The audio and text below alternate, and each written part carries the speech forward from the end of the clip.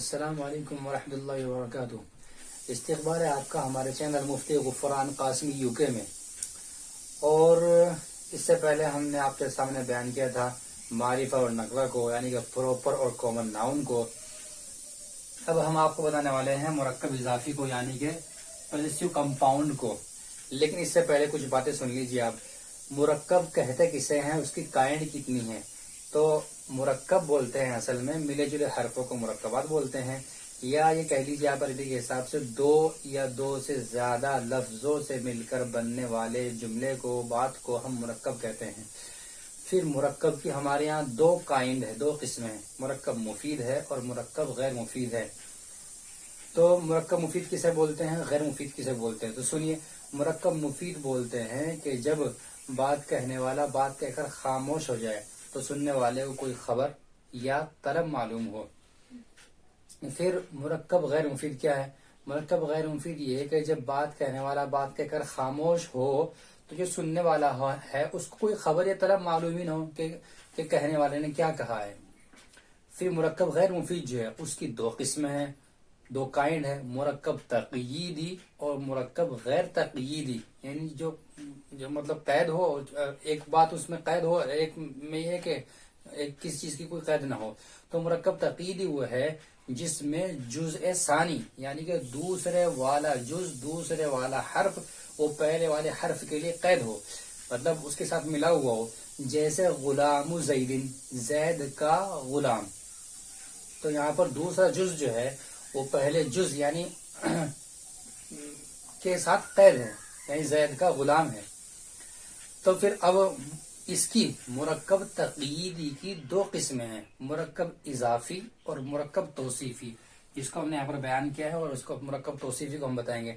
پھر جو مرکب غیر تقییدی ہے جس میں جزء ثانی جزء اول کے لیے قید نہیں ہے، اس کی پھر تین قسمیں ہیں، مرکب بنائی، مرکب منع صرف اور مرکب صوتی۔ جس میں آپ جیسے دیکھ لیجیے اس کی مثال احد عشرہ ہے، یعنی 11۔ تو اس میں جو دوسرا جز ہے وہ پہلے کے لیے قید نہیں ہے بلکہ الگ الگ ہیں، احد الگ ہے، عشر الگ ہے۔ احد عشر کا معنی ہوتا ہے 11، تو اس میں ایک ایک جو ہے، ایک الگ ہے، 10 الگ ہے۔ تو اس میں دوسرا جز جو ہے پہلے جز کے لیے قید نہیں ہے۔ لیکن ان سب گرامر میں نہ جاتے ہوئے ہم صرف آپ کو آسان طریقے سے سمجھانے والے ہیں مرکب اضافی کو اور بعد میں چل کے مرکب توصیفی کو۔ تو مرکب اضافی انگلش میں بولتے ہیں پوزیسو کمپاؤنڈ کو۔ تو مرکب اضافی بولتے کسے ہیں؟ مرکب اضافی کہتے ہیں کہ ایک اسم کی اضافت دوسرے کی طرف کر دی جائے، یا پھر ایک اسم کی دوسرے کے ساتھ ملکیت یعنی کہ پراپرٹی ظاہر کی جائے۔ تو اضافت کی مثال بھی ہم نے یہاں پر لکھی اور ملکیت کی مثال بھی ہم نے یہاں پر لکھی ہے۔ تو ریلیشن یعنی اس میں ایک اسم کی اضافت دوسرے کی طرف کی جائے، تو اس حساب سے ریلیشن کی جو مثال ہے وہ یہ ہے، کتاب اللہ، اس میں اضافت کی جا رہی ہے دوسرے کی طرف۔ یہ جو کتاب ہے یہ مضاف ہے عربی کے حساب سے، اور یہ جو اللہ ہے یہ مضاف الیہ ہے۔ تو یہ ہو گیا کتاب اللہ، یعنی اللہ کی کتاب، Allah's book، یعنی اس کو دوسری طریقے سے بولتے ہیں بک آف اللہ۔ اپوسٹروفی کا ایس لگا دیجئے یا آپ آف لگا دیجئے۔ تو یہاں پر یہ جو اضافت ہوتی ہے، ریلیشن جو ہوتا ہے، ایک کا تعلق جو دوسرے سے ہوتا ہے، یہ نسبت ہوتی ہے۔ تو انگلش کے حساب سے اس کو دو طریقے سے ہم بیان کر سکتے ہیں، یا تو ہم آف کے طریقے سے اس کو بیان کریں گے یا پھر ایس کے طریقے سے بیان کریں گے۔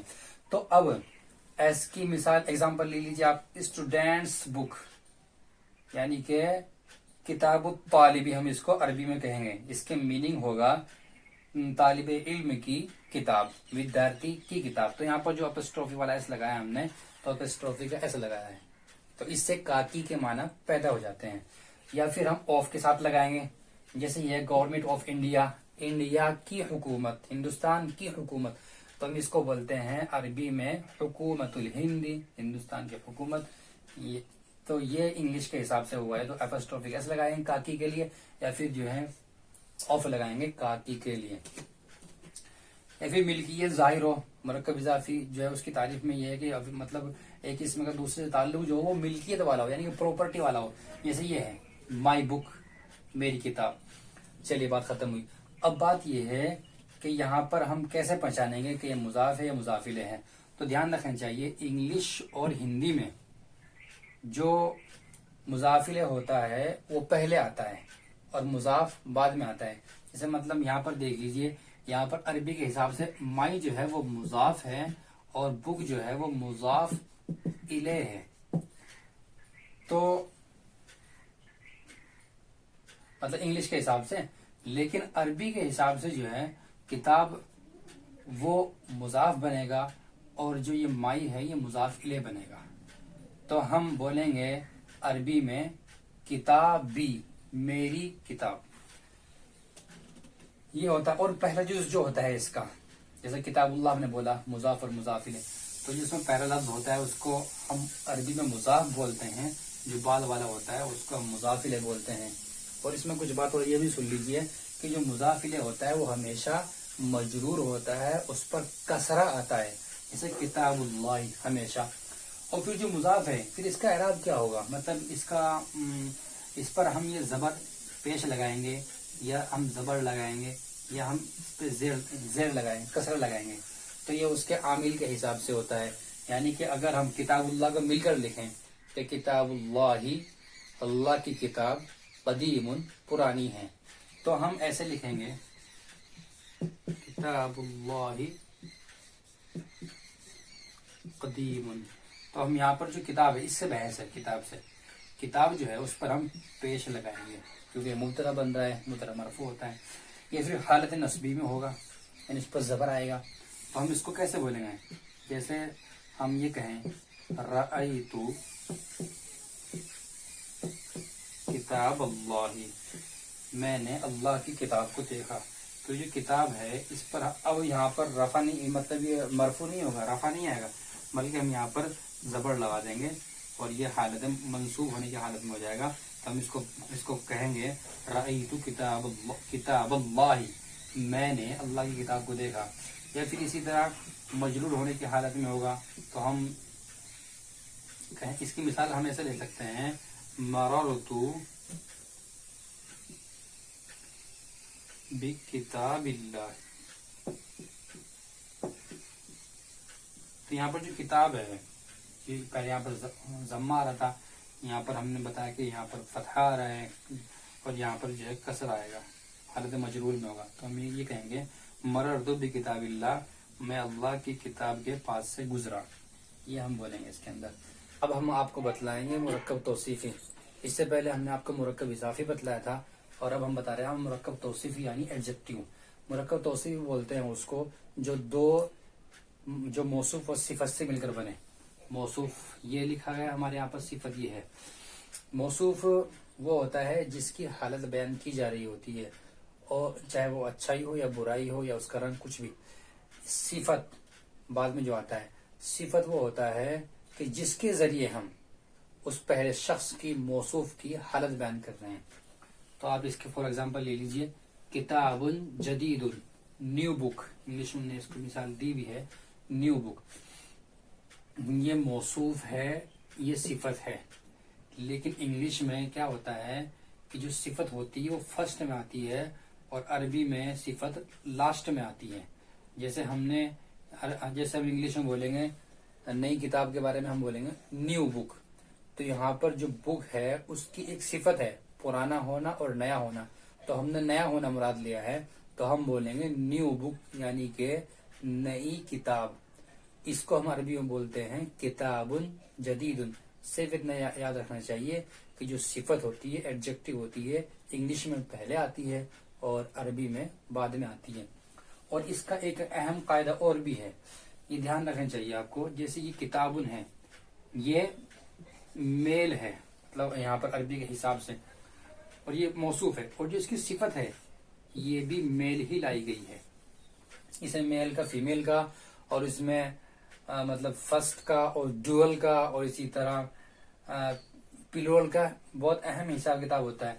تو جیسے یہ کتاب ہے تو یہ ہمارے ہاں عربی میں میل ہے، تو اس کی جو صفت ہے اس کو بھی ہم یہاں پر میل لائے ہیں. یہ کہہ لیجئے انگلش میں اس طرح بک ہے تو ہم اس کو میل مانتے ہیں. فیمیل کی کوئی علامت اس کے اندر نہیں ہے، وہ علامتیں، وہ نشانے بھی آپ کو بتلائی جائیں گے کہ کون سا ورڈ جو ہے وہ میل ہوتا ہے، کون سا فیمیل ہوتا ہے. تو یہ میل ہے ہمارے یہاں پر انگلش میں، تو اس کی جو صفت ہے اس کو بھی ہم کیا کریں گے، میل ہی لائیں گے. یہ اس کا ایک بڑا اہم رول ہے. یہ اسی طرح اگر یہ جو موصوف ہے اگر یہ مؤنث ہے یعنی کہ فیمیل ہے تو جو اس کی ایڈجیکٹو ہوگی، جو اس کی صفت ہوگی وہ بھی فیمیل ہی ہوگی. جیسا آپ یہ کہیں حجراتن کبیراتن، یا آپ اسی کی مثال لے لیجیے اوپر والی جدیدتن نیا کمرہ، یعنی کہ نیو روم نیا کمرہ. اب دیکھ لیجیے یہاں پر یہ فیمیل ہے، مؤنث ہے عربی کے حساب سے، تو یہاں پر جو اس کی صفت لائی گئی ہے یہ بھی مؤنث ہی لائی گئی ہے، یعنی کہ اس کو بھی ہم فیمیل لائیں. لیکن یہاں پر میل ہے تو یہاں پر جو ہے یہاں پر ہم تا نہیں لگایا ہم نے، اسی لیے کیوں یہاں پر تا وغیرہ اسی طرح کوئی ایسی مؤنث کے علاوہ نشان اس کے اندر پائی نہیں جا رہی ہے. ایک بات اہم یہ ہوگی. دوسری اہم بات یہ ہے کہ اگر کتاب، مطلب یہ کہ یہ اگر کتاب اگر ایک ہے یا کتاب دو ہے یا کتاب تین ہے تو اسی کے حساب سے ہم اس کی جو صفت ہے وہ بھی اسی طرح لائیں گے. جیسے کتاب جدیدن ہے ایک کتاب، یا ہم دو کے لیے بولیں گے جیسے الرجلانی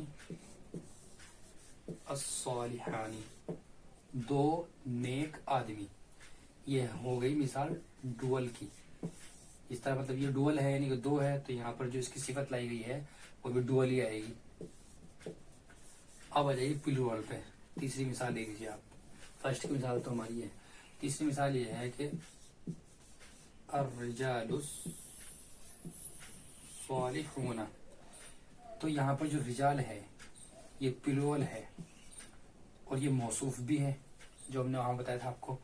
تو یہاں پر جو اس کی صفت لائی گئی ہے وہ بھی ہم پلورل ہی لائیں گے. دھیان رکھنا چاہیے اگر یہ ایک ہے تو اس کی جو صفت ہوگی وہ بھی فرسٹ ہی ہوگی. اگر یہ دو ہے تو اس کی جو صفت ہوگی وہ بھی دو ہی ہوگی. اور اگر یہ تین ہے تو اس کی جو صفت ہوگی وہ بھی مطلب تین طریقے سے ایسی ہوگی جو تین معنی میں استعمال ہو. یا مطلب جس طرح بس یہ کہہ لیجیے یہ سنگل ہے، یہ ڈوئل ہے اور یہ پلورل ہے، تو اسی کے اکارڈنگ جو ہے اس کی جو صفت ہوگی وہ بھی سنگل ہوگی، اس کی جو صفت ہوگی وہ ڈوئل ہوگی، اس کی جو صفت ہوگی وہ پلورل ہوگی اور پلورل کے معنی میں ہوگی. تو یہ ہوا مرکب توصیفی. اور ہاں یہ بات بھی دھیان رکھنی چاہیے، اس طرح ہم نے آپ کو یہ بتایا تھا حجرتن کبھی جدیدتن نیا حجرہ. اسی طرح یہ بھی ہے اگر مطلب یہ موصوف جو ہے اگر ہمارے یہاں فیمیل ہے تو اس کا جو یہ صفت آئے گی یہ فیمیل ہوگی اور ایک ہوگی. اسی طرح یہ اگر یہ موصوف جو ہے وہ فیمیل ہے اور ڈوئل ہے تو اس کی جو صفت آئے گی فیمیل ہی آئے گی اور ڈوئل آئے گی. اسی طرح اگر یہ ادھر جو ہے موصوف وہ فیمیل بھی ہے اور وہ پلورل بھی ہے، سنگولر ڈوئل اور پلورل. تو اگر پلورل ہے تو ادھر جو ہوگا اس کی جو صفت ہوگی وہ بھی کیا ہوگی، وہ پلورل ہی ہوگی اور مطلب فیمیل ہوگی. یہ طریقہ ہوا مرکب توصیفی کا.